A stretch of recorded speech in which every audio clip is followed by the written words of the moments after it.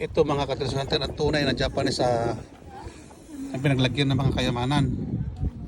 Ito ang nakuhanan yan mga yan.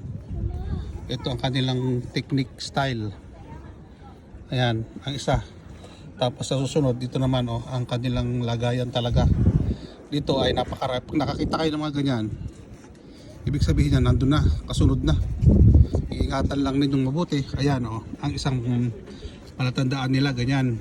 Ang palatandaan.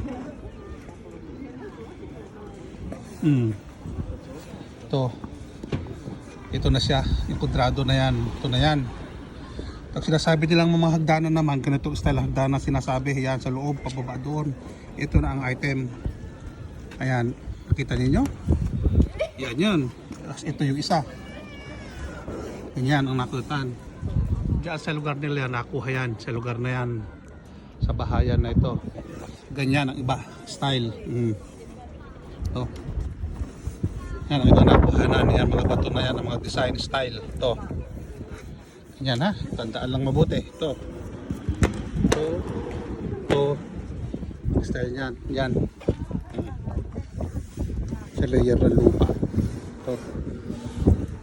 Pagkita ang mapa nila. Okay na.